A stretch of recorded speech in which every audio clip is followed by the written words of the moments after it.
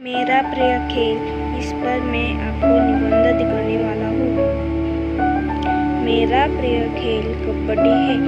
कबड्डी खेल में बहुत मज़ा आता है। कबड्डी खेलने के लिए एक अच्छा ग्राउंड चाहिए। ग्राउंड में सूखी मिट्टी चाहिए, कारण कोई खिलाड़ी गिर जाए तो उसे लगे ना, इसीलिए ग्राउंड में सूखी मिट्टी चाहिए।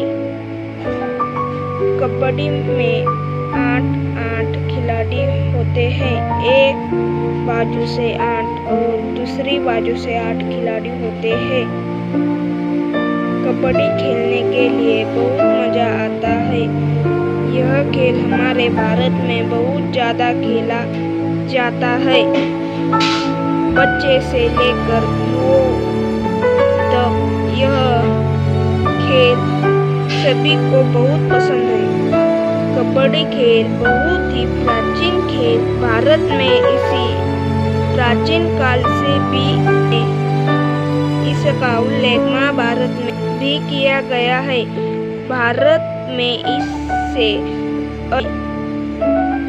भारत के अलावा यह दूसरे देश में भी खेला जाता है। कबड्डी से हमारे शरीर का व्यायाम भी होता है और मन में भी आनंदित हो जाता है। इस खेल खेलने के लिए ताकत, बुद्धिमत्ता और यह खेल स्वास्थ्यवर्धक होता है।